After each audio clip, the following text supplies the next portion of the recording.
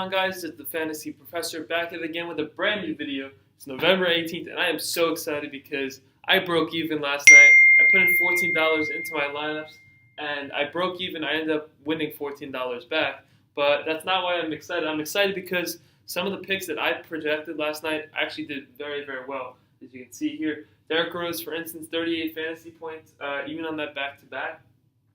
Otto Porter, 39.5 fantasy points. Michael Beasley had 26 fantasy points, and he was $3,000 on DK. He was a great value play, and if you had him, you probably won. I think he was in the winning lineup. He almost had 30 fantasy points. He had like 11, 12x. It's insane at that price.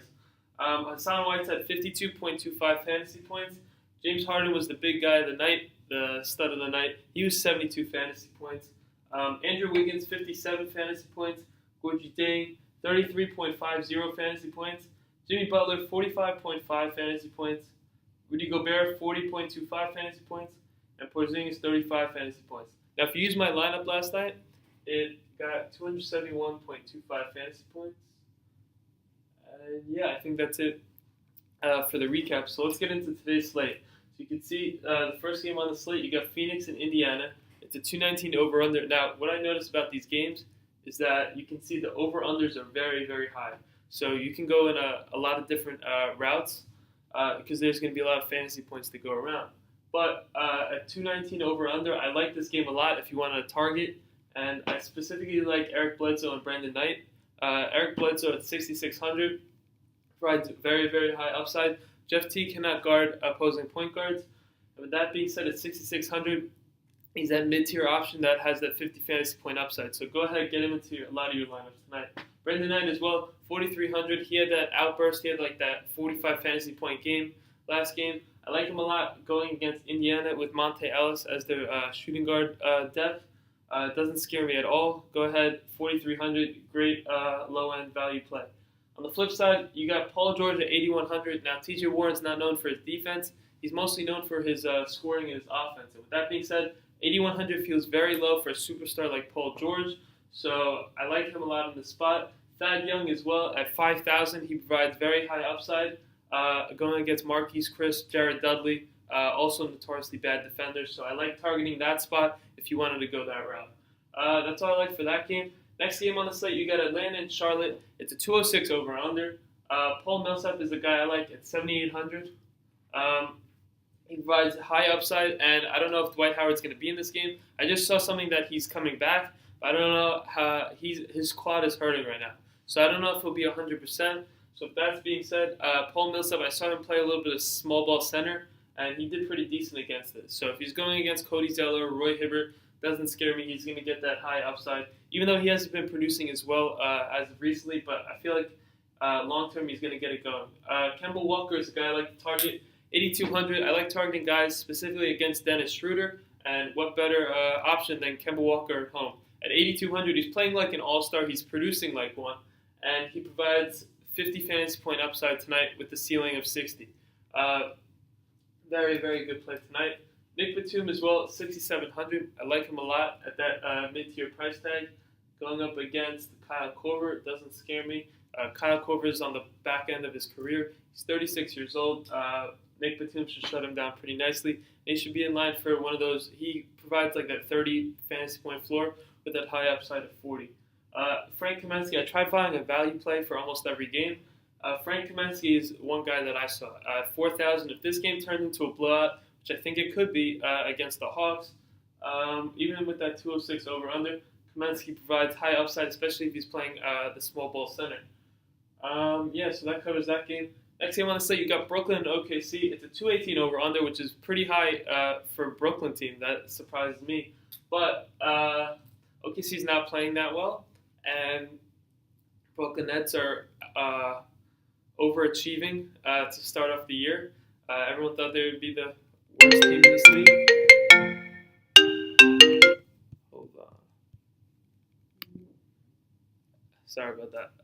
I got a call, but everyone thought they would be the worst team in this league, and they've overachieved. So at 5,800, I like Trevor Booker. Sabonis doesn't scare me defensively, and targeting him against that weak OKC front court, not a problem in my opinion. Also, Rondé Hollis-Jefferson at 4,200. Now going against Kyle Sigler doesn't scare me at all. OKC does not have a wing like Kevin Durant. With that being said, RHJ provides a very high upside at that 4,200 price tag. Even though his shot has not been falling, he had that one fantasy point outburst against the Phoenix Suns. So I like targeting teams that don't guard opposing wings well, and this is one of them. So I like RHJ at 4,200. On the flip side, Steven Adams, 5,400. Let's say Lopez is playing. Lopez is not a defender in any place. 5,400, Steven Adams should get at least 25 to 30 fantasy points tonight at that 5.4K price tag with high upside of 40 tonight. A lot of these guys have that 40 fantasy point upside. I'm trying to break it down so you know who to pick and how to build your lineups for tonight. Oladipo, 5,900. We saw what he did last game. He dropped I think it was like a 55 fantasy point night. I suggested him, and he overproduced. So go ahead, get into your lineups. Doesn't scare me going up against Brooklyn, one of the worst defenses in the entire league, in my opinion. And Russell Westbrook, of course, 12,300. Now, the only thing I would be worried about is if it was a blowout. Because if it was a blowout, I don't know how long he'll be in for. He's their superstar, but he's been getting consistent minutes, so that's something to look out for. There's a lot of value on this board that you don't have to pay up for Westbrook, and I'll try to break it down. But, all right, that covers that game. Fourth game on the slate, it's Golden State and Boston. It's a 221 over-under. On Golden State's side, I like Kevin Durant at 9,500. Going against the Boston was the front court, because Jay Crowder will not be playing. Jay Crowder is their best wing defender, and with him not being there, this opens up a lot of opportunity for Kevin Durant.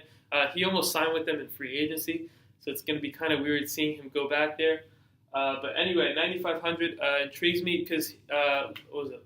Last game he was like 10,300 or something like that. So his price has gone down a lot. I don't know why, but at 9,500 he seems like a steal. So he's giving you 50 fantasy points every single night. Go ahead and get him into your lineups. The Warriors still want to get him acclimated, so they're trying to use this time to acclimate him to the entire team. They're not a good defense as of right now. Neither is Boston, but this should be an interesting game, as you can tell. Is it it's the highest over-under of the night. So this is a game you want to target if you're point chasing. Stephen Curry, 9,400, going against Isaiah Thomas. Now, Boston can put Avery Bradley on Stephen Curry, but that would leave Klay Thompson open for three. Now, I feel like Avery Bradley and Klay Thompson are going to shut each other out because they're both very, very good defenders. So they're not guys I want to target. So if that's the case, 9,400 for Steph Curry seems like a steal. I saw what he did to Kyle Lowry, even with that tough on-ball defense. Isaiah Thomas does that too, but he's not as good at it. So if he can do that to Kyle Lowry and put up a 50 fantasy point night, he should easily be able to smoke Isaiah Thomas. On the flip side, Isaiah Thomas, 7,900. They're at home going against Stephen Curry. Not a good defender, so I like this spot for Isaiah Thomas to lead his team. Now, if Horford's back, I would consider him a very strong play, but I feel like he would be limited if he was going to play at all. Going against Zaza Pachulia, David West, Draymond Green doesn't scare me. He's a great play all around the board. If you want to use Draymond Green as well, I just thought about that. He would be a great play going against the depleted Boston frontcourt. Marcus Smart, 5,500, intrigues me a lot. They're going to need someone to shut down Kevin Durant. Look no further. I saw Wesley Matthews in the playoffs did last year to Kevin Durant. He was their best wing defender. So if Marcus Smart steps up at that 5,500 price tag, he should be in for a lot of minutes, and he should be able to hinder Durant's ability to make shots a little bit tonight.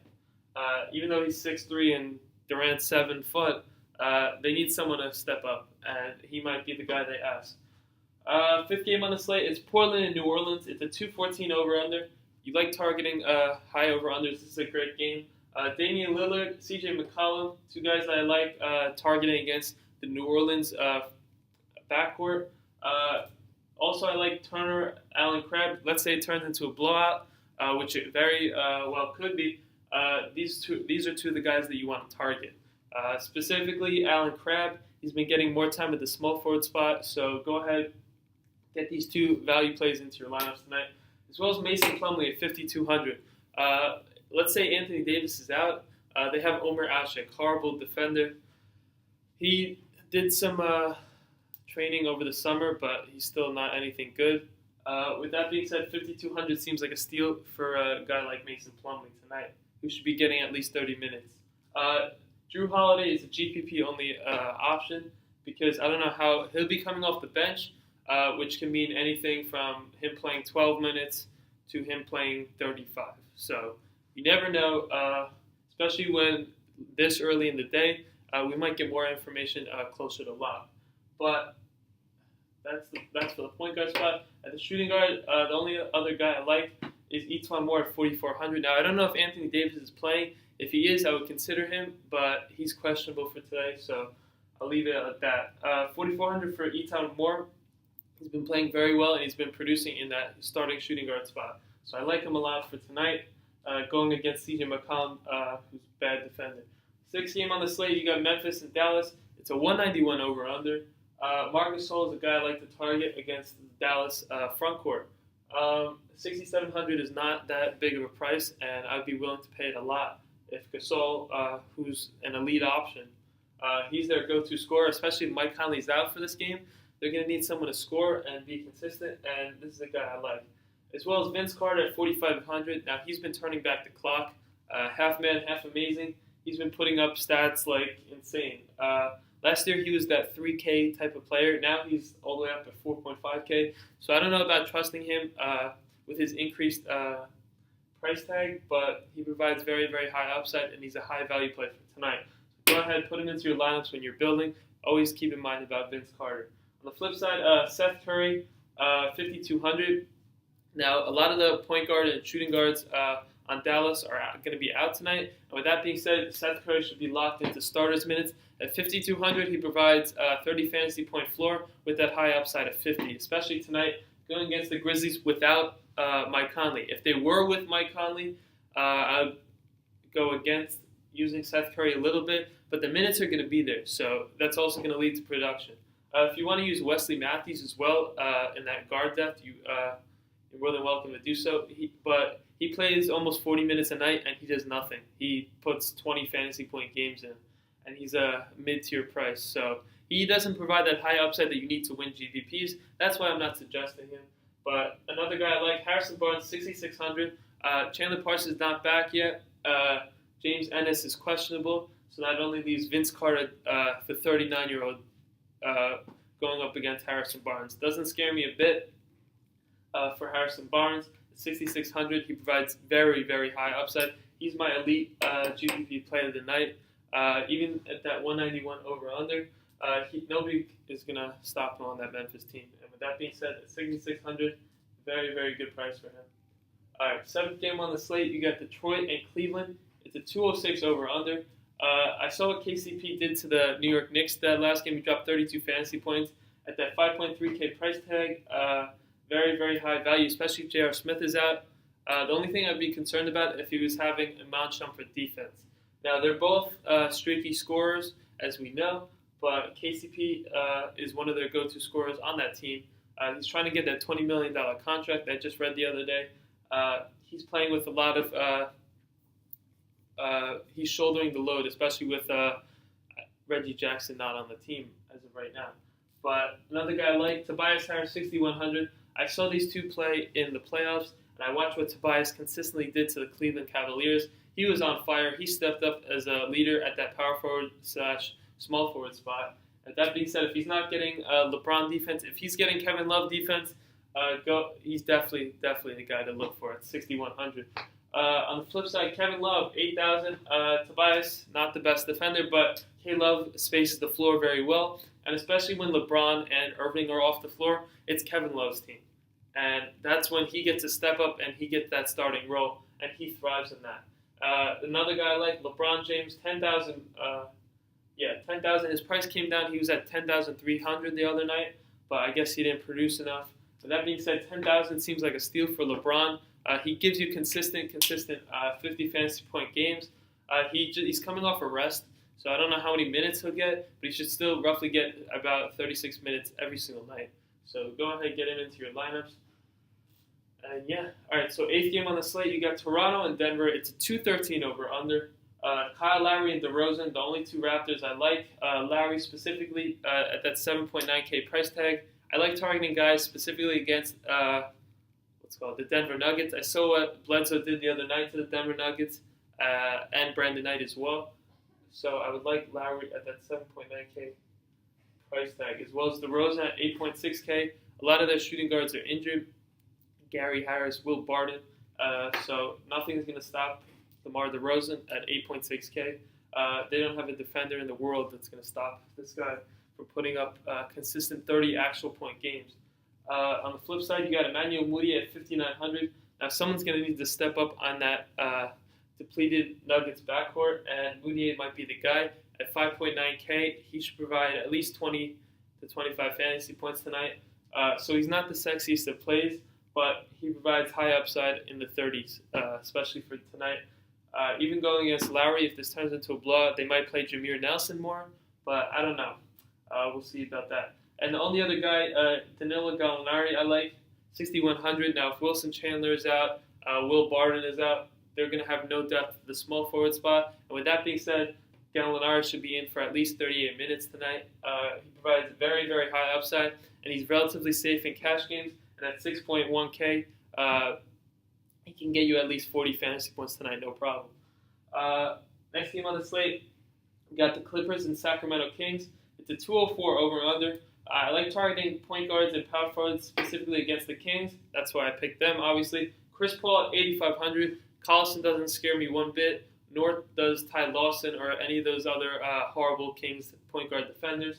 And Chris Paul should easily smoke them. This could turn into a blowout. That's the only risk that I have with Chris Paul. But at 8,500, I feel like this is going to be a close game, even with that 204 over-under. I don't trust the over-unders 100% because later on in the day, injuries happen and this guy's out and whatever and whatnot. But 204 over-under, it seems relatively low. I feel like it's going to be a high-scoring game, especially in Sacramento. So the Clippers don't have a home court advantage per se. Blake Griffin as well, 8,300. Regardless if he's going against DeMarcus Cousins or Costa Koufos, he's going to be in line for a great game at that 8.3K price tag. DeMarcus Cousins as well, 9,300. Going against DeAndre Jordan and Blake Griffin. Now, that seems like a strong front court, but yet again, it's DeMarcus Cousins. So he's doing it all for this team, and he's trying to step up. And the one other value play, as well as Harrison Barnes, I'll target these two in the lineup, Barnes and Gay. 6,800. The Clippers do not have a small forward. They have Mbah Moute. Nobody's going to guard Rudy Gay. And with that being said, he should be in line for a 50 fantasy point outbreak game tonight. So if you're going to target two guys, definitely these two. My favorite plays on the slate, 6,800 and 6,600. They're priced relatively similar. I don't feel like everyone's going to be on him, both of them. And with that being said, they're great value plays, especially for tonight. All right, last game on the slate, it's Spurs and Los Angeles Lakers. It's a 207 over-under. There's a lot of guys I like from both sides, specifically Kawhi Leonard, 8,800. They don't have a small forward that can guard him. Luol Deng is an okay defender at times, but on the flip side, Leonard would shut him down, as well as LaMarcus Aldridge and Pau Gasol. Now, Pau Gasol is in for a revenge game. As you can see there, revenge game Pau Gasol. I like specifically Dwayne Dedmon will not be in this game. He's out currently, so Gasol should be in line for at least 35 minutes tonight.